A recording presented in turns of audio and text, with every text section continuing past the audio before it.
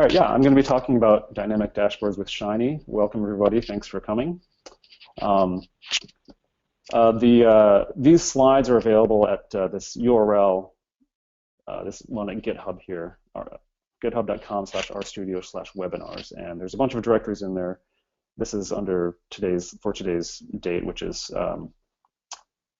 2015-04.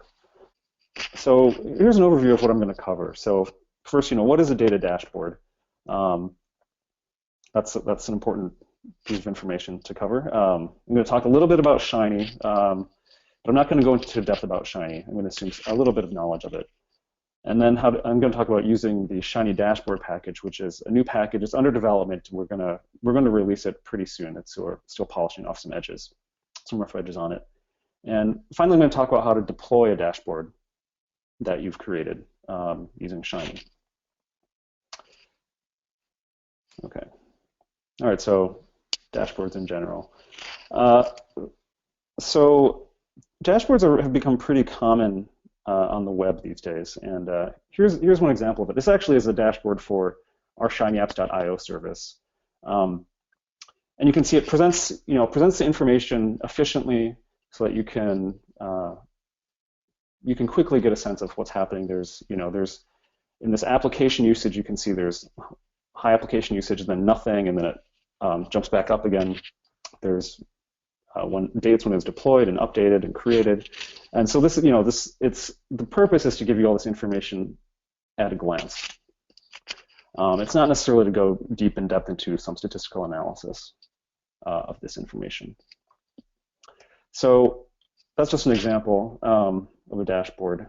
So as I said, dashboards you usually want to convey information efficiently using a data dashboard, and provide an intuitive user interface for users, because oftentimes the users of dashboards are not they're not statisticians and data scientists and the creators of them. They're people, they're business people who don't necessarily have that level of expertise.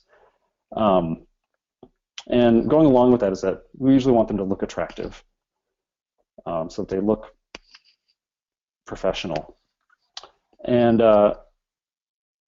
finally, there's also like a spectrum of dashboards, from just presentation-focused dashboards to exploration-focused ones. So a presentation-focused dashboard would just be something that just displays information that doesn't let you interact with it. An exploration-focused one is something that lets you explore the data, slice it, dice it, and get find some valuable insights in it. Okay, so that was just an overview of what we usually expect dashboards to do. Well, how do they work? Well, there's some basic components that they need to do. So one is that your dashboard, whatever software is running your dashboard, it needs to fetch the data somehow. That seems pretty obvious, but you need to get the data, and that can sometimes be hard work. Then you process and summarize the data, and we all know that R is really good for this. And concisely present the process data. Often this involves visualizations or summary tables, and optionally we can provide exploration tools if that's the type of dashboard that we're working on. Okay, so fetching the data. In general, when you're creating a dashboard and you're grabbing the data, it has to be done quickly. If it takes a minute for you to grab your data from your data source, that's generally not an acceptable wait for most users. So if you have a small data set, relatively small data set, that's usually not a problem. There's many different ways to do this. You can grab it using from a database using the DBI package. There's many other R packages for database interfacing with databases as well. You could schedule some data dumps or data summaries like nightly, if that's the frequency that is appropriate for your data. Writing it to a file, and then your dashboard can read in a CSV or a summarized data set. Or maybe you have like a web API that you can just visit a web URL and it'll return data in JSON or XML. So, and there's great R packages for grabbing those as well, JSONLite and XML. And Hadley Wickham, our chief scientist at RStudio, is working on a new XML package for for working with XML data, which should make it easier and faster. So again, if you've got a really large data set and you need to, and it takes too long to fetch that data, you can summarize it on a scheduled basis and then grab that summarized data in your dashboard. So for presenting data using Shiny, there's different types of outputs. You can output numbers and text, you can output tables, you can output graphs, and these are some of the function names that are available in Shiny for doing these things. And I'll show some examples of this in a bit.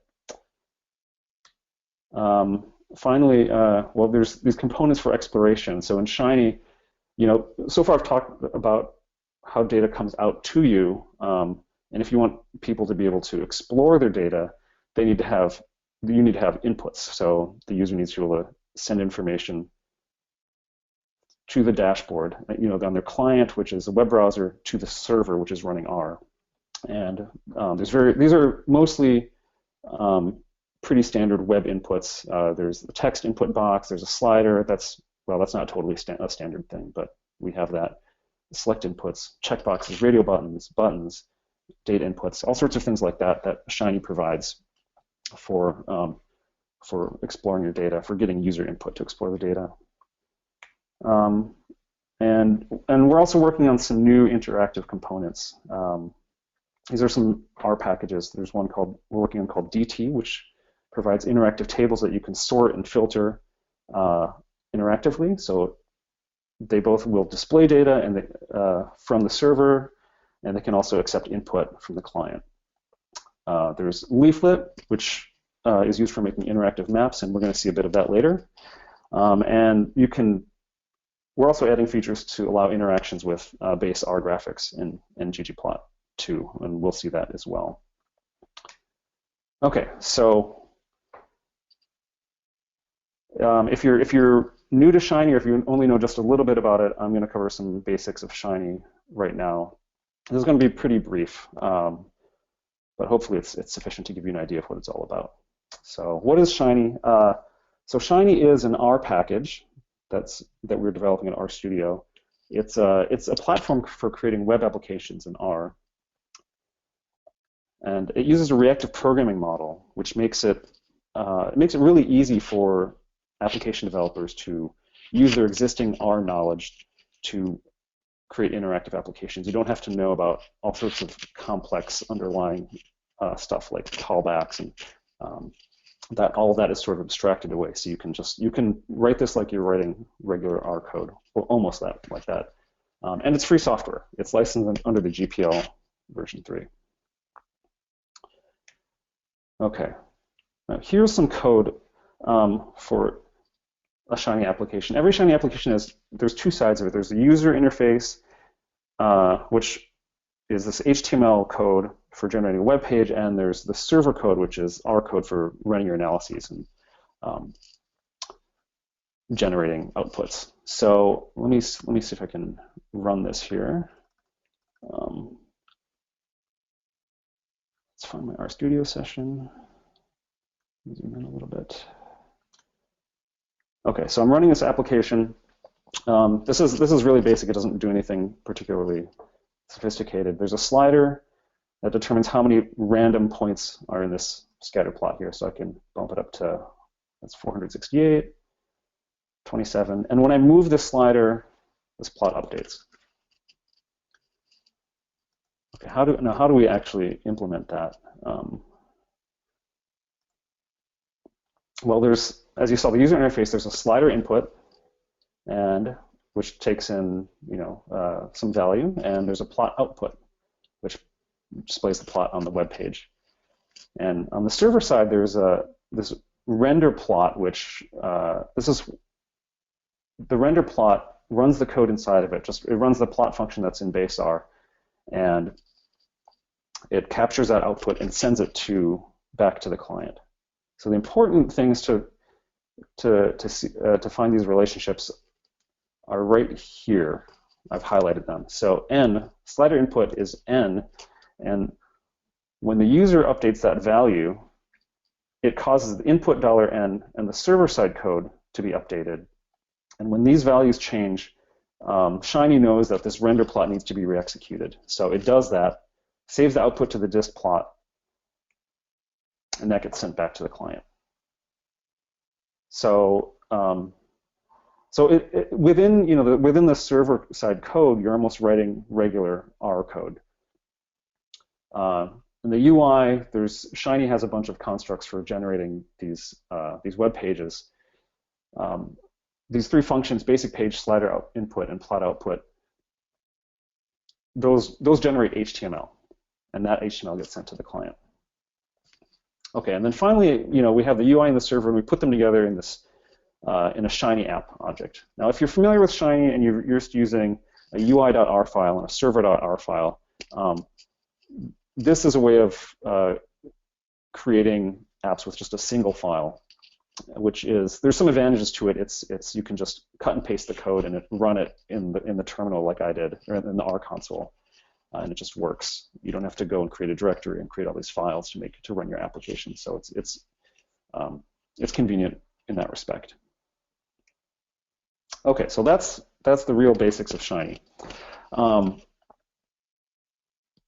Now I'm going to talk a little bit about using a Shiny dashboard.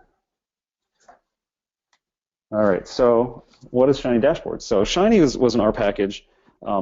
Shiny dashboard is also an R package, and it's for creating dashboard-style layouts with Shiny. So now that example Shiny app that we just saw, I'll run it again. It's very bare bones looking. The slide, it's just a white background. There's a slider here, and this plot, it's all black and white.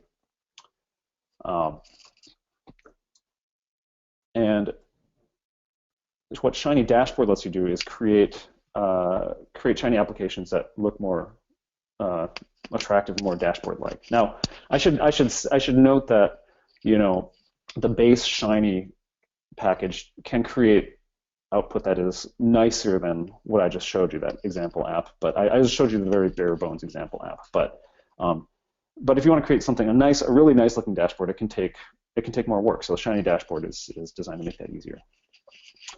Now to really understand this, it helps to know a little bit about the underlying components under Shiny. So Shiny uses Bootstrap for layout. That's a web framework for laying out web pages, and Shiny dashboard uses Admin LTE, which is a theme that's built on top of Bootstrap. So it's all using Bootstrap.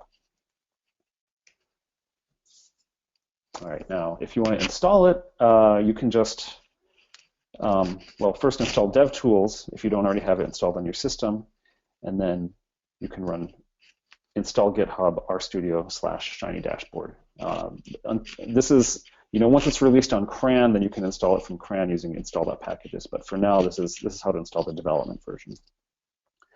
And there's documentation at rstudio.github.io/Shiny dashboard.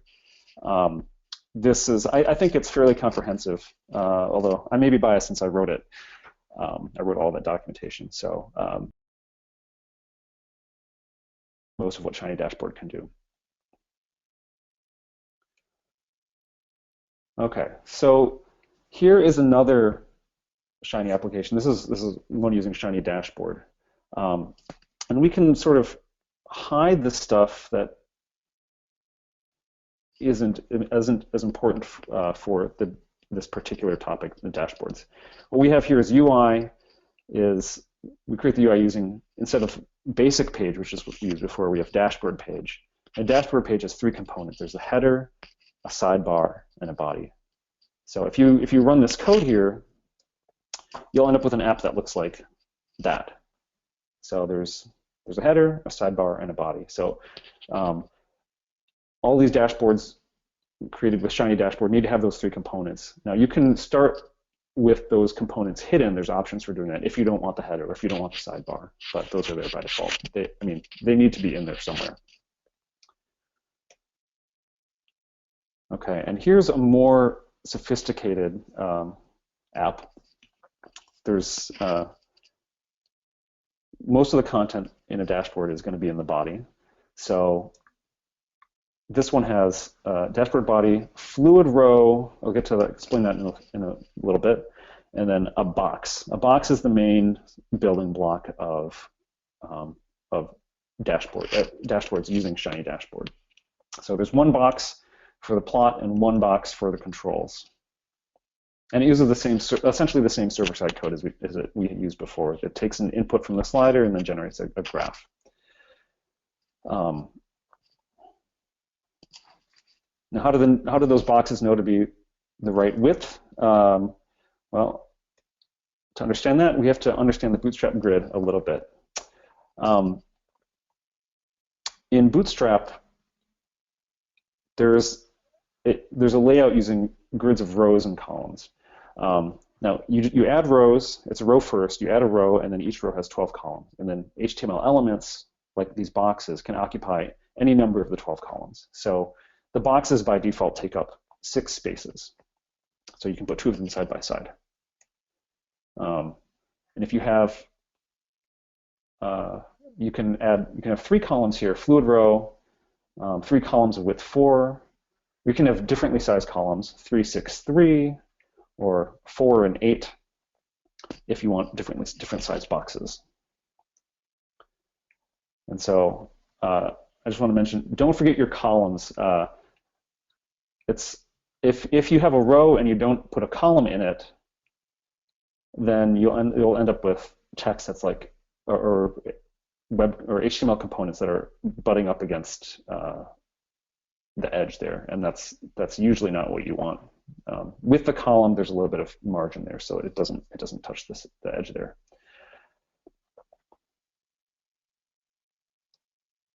Okay, so back to this app here. So we have the body, and in the body we have to put a row. In the row we put a box with width 8 here, and then a box with width 4. And when we do that, we end up with this first box is twice the width of the other one.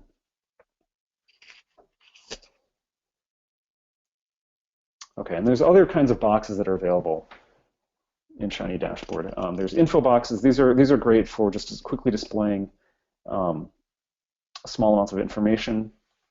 They have these nice little icons there that are, can help people quickly understand what they're displaying.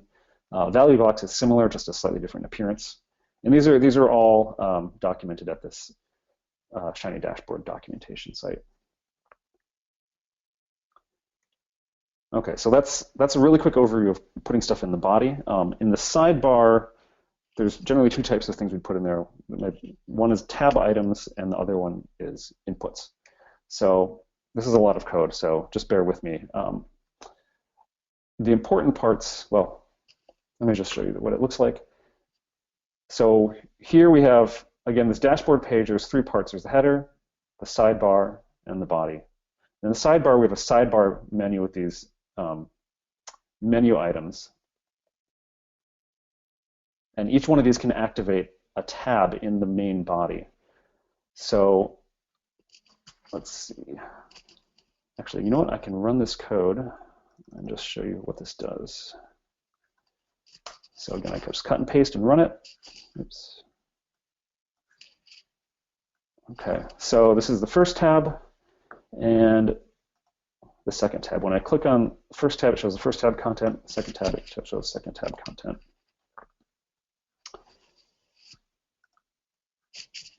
And those are linked up by this tab name parameter here. So menu item tab name is first, and that links up with this tab item with tab name is tab name first, and it shows first tab content there. And same for the second.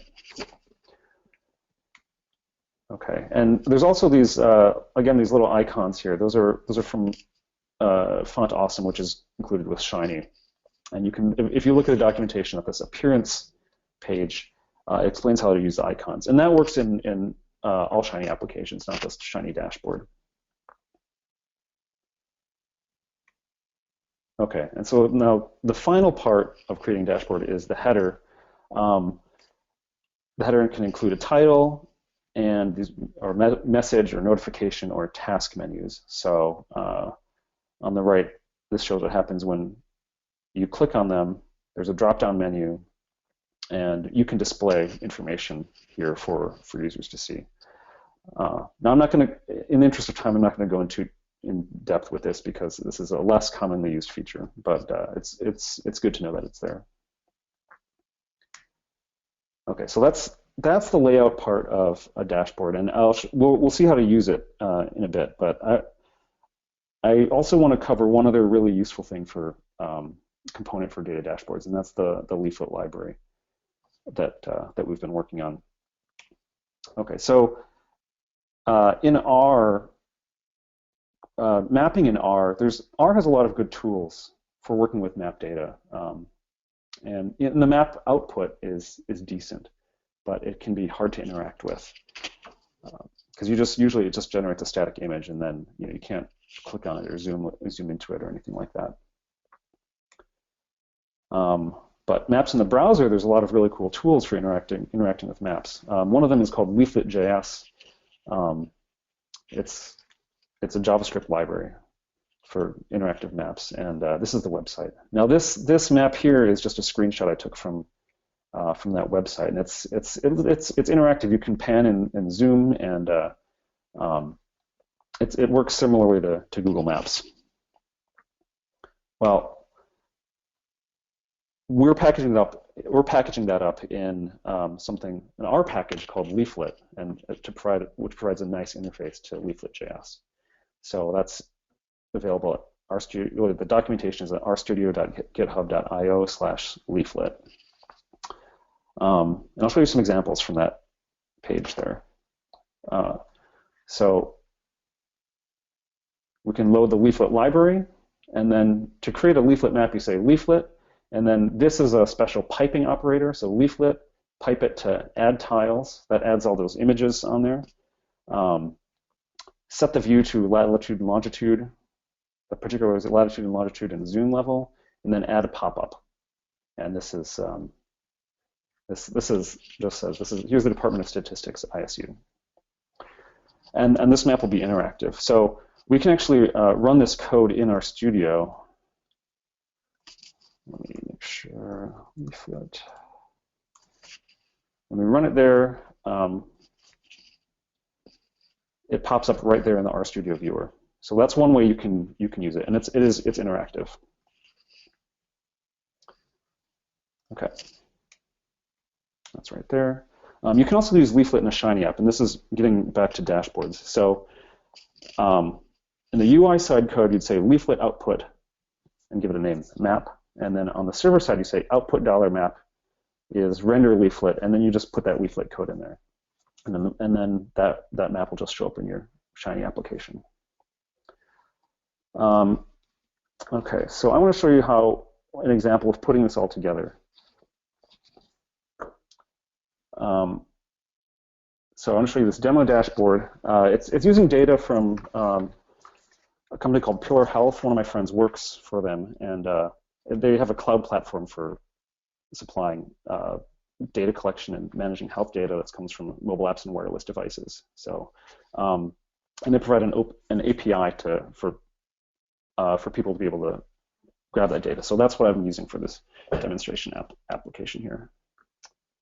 So this is putting all those parts together: the dashboarding and the Shiny dashboard and leaflet maps.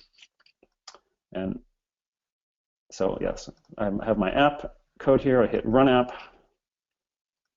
It visits their API, and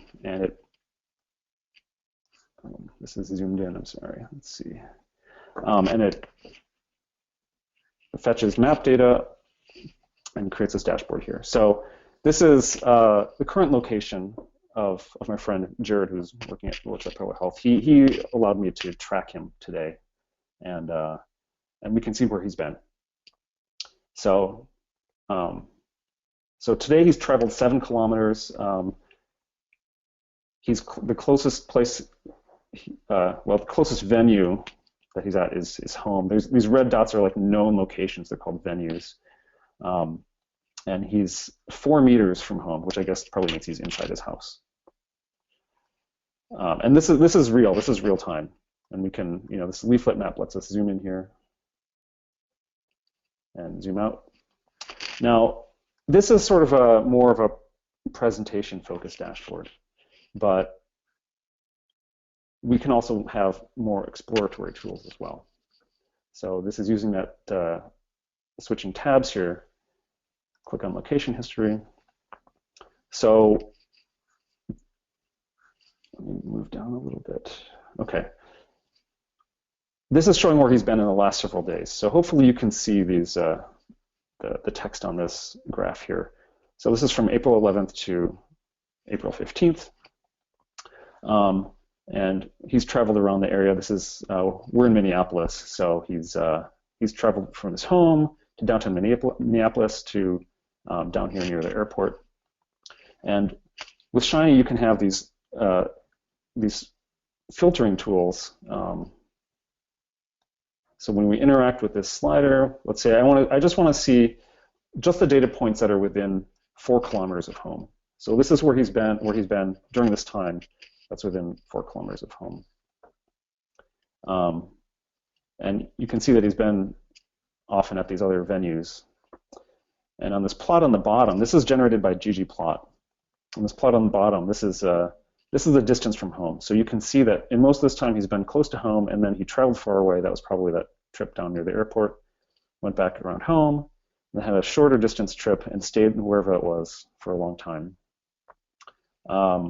And this orange dotted line, that's the cutoff point for the distance from home. So anything above that line is not being displayed on the map anymore. But now we could reset it, and okay. Now I'm going to show you this new feature that we're working on in Shiny right now, which is to do this, interacting with a ggplot graph. So this is called brushing of the plots. I've selected this region, and this also does filtering. Now the graph is only the map is only displaying location data that's within this day, from April 11th to April 12th. And so he stayed close to home that day. We can move it over from April 12th to April 13th. He was at home, then he went down near the airport here. And if we want to find out more about that, we can just, let's see, we could say, okay, I just want to look at this region of time. What is this here? Turns out during this time, he was near the Mall of America. So that's kind of interesting. And then this other day, he was at home, went to work all day in downtown Minneapolis, and then went back home. So with these new plot interactions that we have, it should open up some new doors for being able to take a deep dive into your data and explore some interesting connections in it. Finally, in this dashboard, I just wanted to give one other example of a presentation-focused dashboard. And this is one that uses your existing R knowledge. So these are just graphs that are made with ggplot, which if you're familiar with R, you're probably familiar with ggplot too. This is calorimeter data where measuring oxygen intake, carbon dioxide output, and activity. So this person was hooked up to this equipment and had 3 exercise sessions where you can see there's a large increase of oxygen and carbon dioxide at those times, and spikes in activity as well. And we can see a correlation here between these variables: oxygen consumption, carbon dioxide output. There's almost a perfect linear correlation, something you almost never see in real-world data. Activity and oxygen, not as close correlation, and a histogram of oxygen use. Okay, so that is an example of a dashboard that's putting all these things together. I mean, we have here, these are all put in boxes. Going back to this, these are put in boxes. We have, this box has a colored header. We have these inputs. We have a ggplot output here. And we have these info boxes too, which are, again, a quick way of presenting information for people to see. All right, so let's say we have this dashboard, and we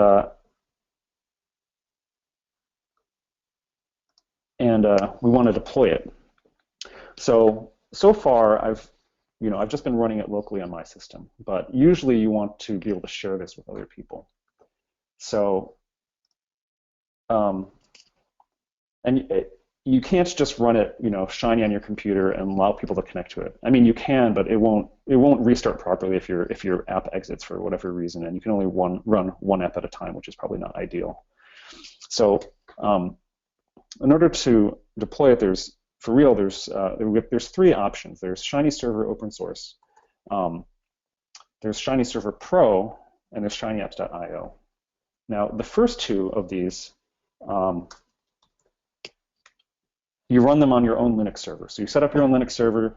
Either it could be in-house. So I guess you could install it in some cloud service like Amazon AWS, and then you install Shiny Server, and you can put your apps on there. The third option is shinyapps.io. This is I think we came out of our beta testing phase very recently, about a month ago, and this is a hosting service where you just deploy your app to our servers, and we manage all the rest. We make it really easy to deploy it, and we deal with load management and monitoring and things like that. Okay, so I'll talk real quick about these different options, some of the pros and cons. So the open source version of Shiny Server, it's free software. It's licensed under the AGPL. You have to run it on your own Linux server, which can be a pro or con. That it's more work, but on the other hand, you can keep it internal if you need to. There's no authentication or SSL, so it's not very secure. It's not built for security. It's more for public-facing apps, and there's only 1 R process per app, so it's better for relatively light traffic. Now, I should note that a single R process running Shiny can actually handle multiple connections from users. But if you have a lot of users sharing the same R process, it can get bogged down. Shiny Server Pro, it's similar to Shiny Server open source. Oops. Hold on. Excuse me. It's similar to Shiny Server open source. You run it on your own Linux server. There's authentication and SSL, and which is an advantage over the open source version. And there's multiple R processes per app, so if you get a lot of traffic, it's good for that. And it also provides an admin and monitoring dashboard. All right. Finally, okay, shinyapps.io. We manage this. It's hosted by RStudio in Amazon AWS. It supports SSL and authentication. It allows multiple R processes per app. There's an admin and monitoring dashboard, which I actually showed you right at the beginning of this talk. One thing it doesn't do is there's not persistent storage. So if you want to collect user input, you'd have to send that data to some remote data store. So if that's something that you really need, either you need to do that, or you should Shiny Server or Shiny Server Pro might be more appropriate in that case. Okay, so I'm going to talk about deploying to shinyapps.io because that's the easiest way to do it. It's the simplest way. The other ones would be explaining how to do that would take quite a bit more time. So first, you'd have to install this Shiny Apps package. You can use DevTools again to do call install GitHub RStudio/ShinyApps. Okay, next you have to visit the shinyapps.io website and create an account there, and then configure the Shiny Apps package. There's the getting started guide at this URL is very straightforward. There's a number of steps, but it should be pretty straightforward. Okay, once you've done that, then you can just run Shiny Apps deploy app, and then give it the directory that contains your application. So one of the really nice things about it is that the server will use the same version of R and install all the same versions of the packages that you have. So that can simplify deployment a lot.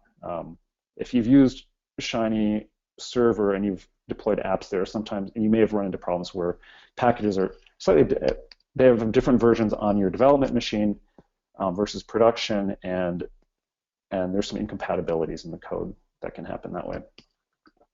So I'll demonstrate this using a simple app. Okay, this is a really basic dashboard, and let's see, Shiny apps, deploy app. Let's see, what directory was this in? Simple dashboard. Oh, oops. I have multiple accounts, so I have to specify my username. Yep. So it'll do this stuff. It's deploying it to Shiny apps. This usually takes about a minute. And when it's done, it should pop up a web browser displaying that app. But I'll let this run in the background while I show you another way to do it, which is deploying to shinyapps.io using the publish button. And this might require, I'm not sure, this might require one of the latest development versions of RStudio, these daily preview builds, but those are worth trying out anyway. Okay, so the dashboard finished deploying, and it just popped up in my web browser, and you can see this URL, winston.shinyapps.io/simple dashboard. And that's how it works. For the publish button, well, if I run the application, I can click on the publish button here, and this will publish it there just in the same way. But I won't bother doing that now since we've already deployed it. Okay, close that.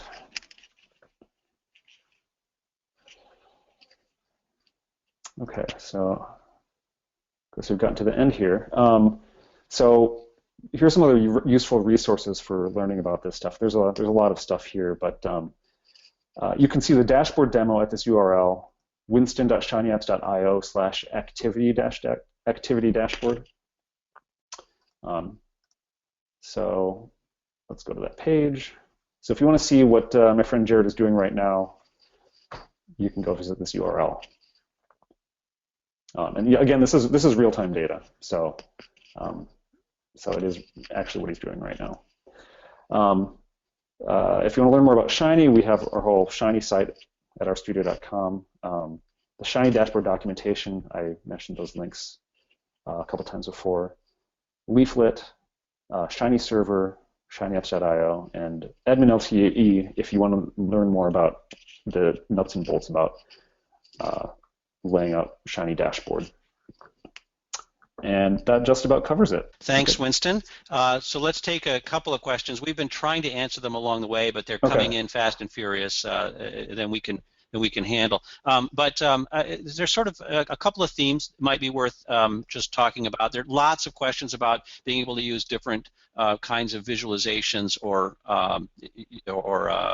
third-party packages, and I think the general answer is, it's anything that can be used with R can be used in the dashboard. But you might want to comment a little further on that. Some of the popular additional kinds of visualizations people might use in a dashboard. So any of the, again, as you said, any of the plots that can be used in R can be used in Shiny and in dashboards.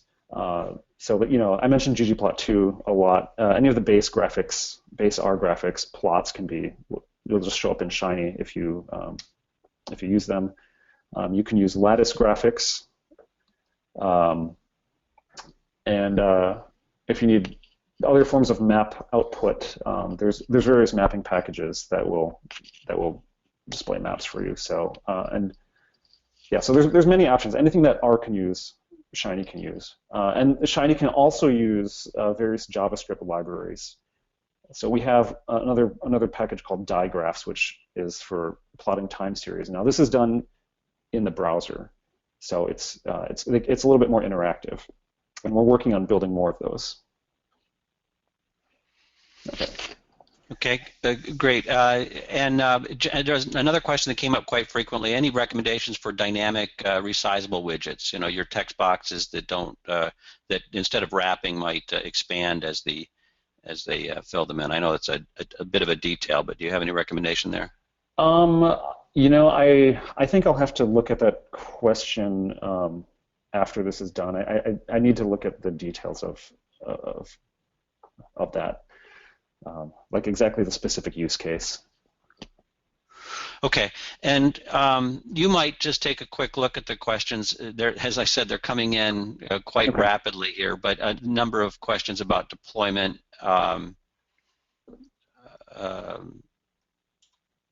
Okay. Maybe pull a couple of interesting ones here. Okay, questions.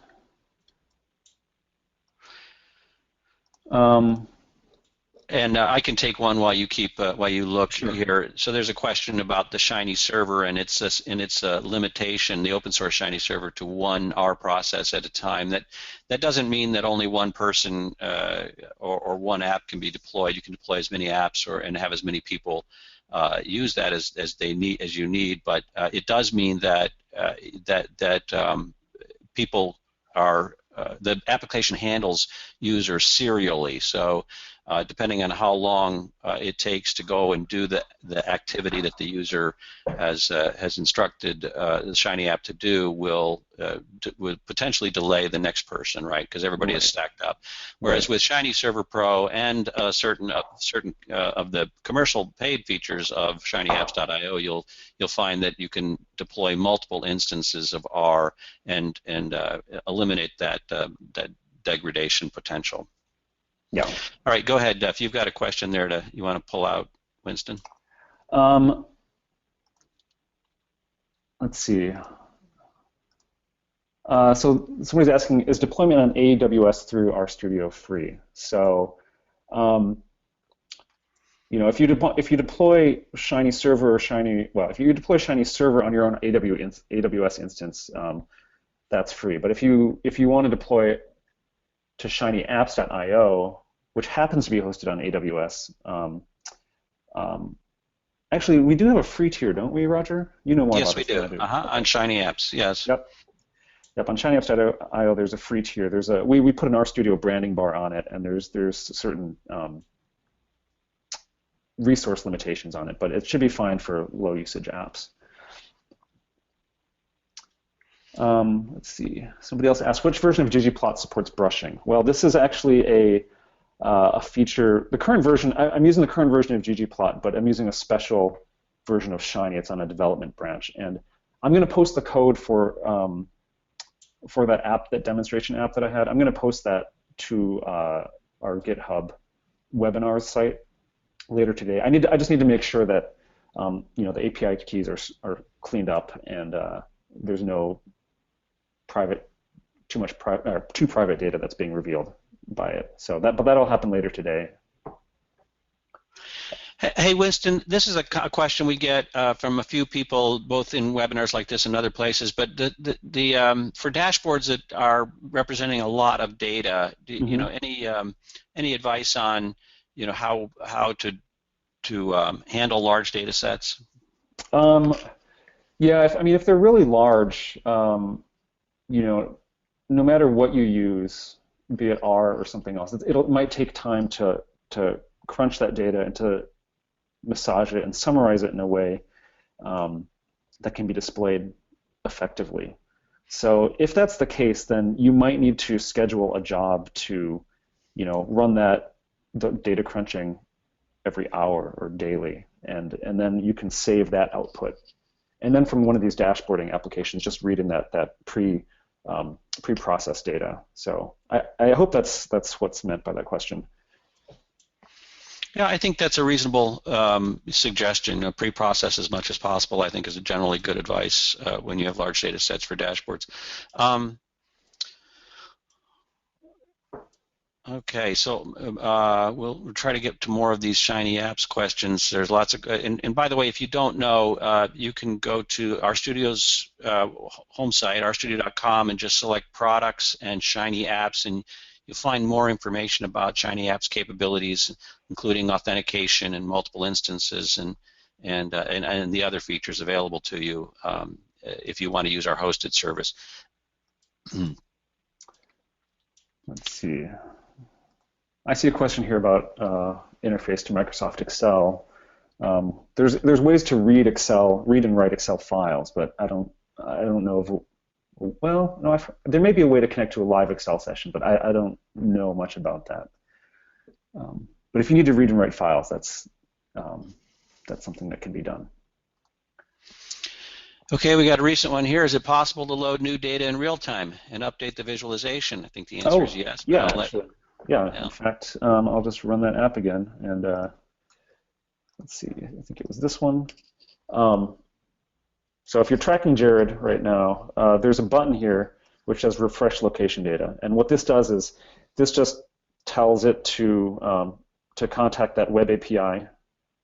Oops, sorry. This just tells it to, clicking on this refresh location data button tells it to hit that web API again, and it fetches the data and redoes the map. So you might not see much of a change in his location actually if we click on it right now, but yeah, he's probably not moving anywhere. But yeah, that will refresh it. You can also set up timers in Shiny using a function called invalidate later or reactive timer that will just tell it to re-execute or refetch data every minute or 5 minutes or whatever specified time you want. So that's another possibility. Okay, thanks. So if you'd like to learn more about Shiny, go to shiny.rstudio.com. That's the best place to learn it. There's some great tutorials there, lots of examples, both from us and from users. And so let me conclude today's webinar with just the request that if you do have any interest in our commercial products, that's how we pay for all this good stuff. We'd love for you to evaluate whether the features of our commercial products, RStudio Server Pro or Shiny Server Pro, are right for your organization. The websites are here. We'd love for you to join us at our next webinar, where we're actually going to spend more time on the differences between our open source products and our commercial products.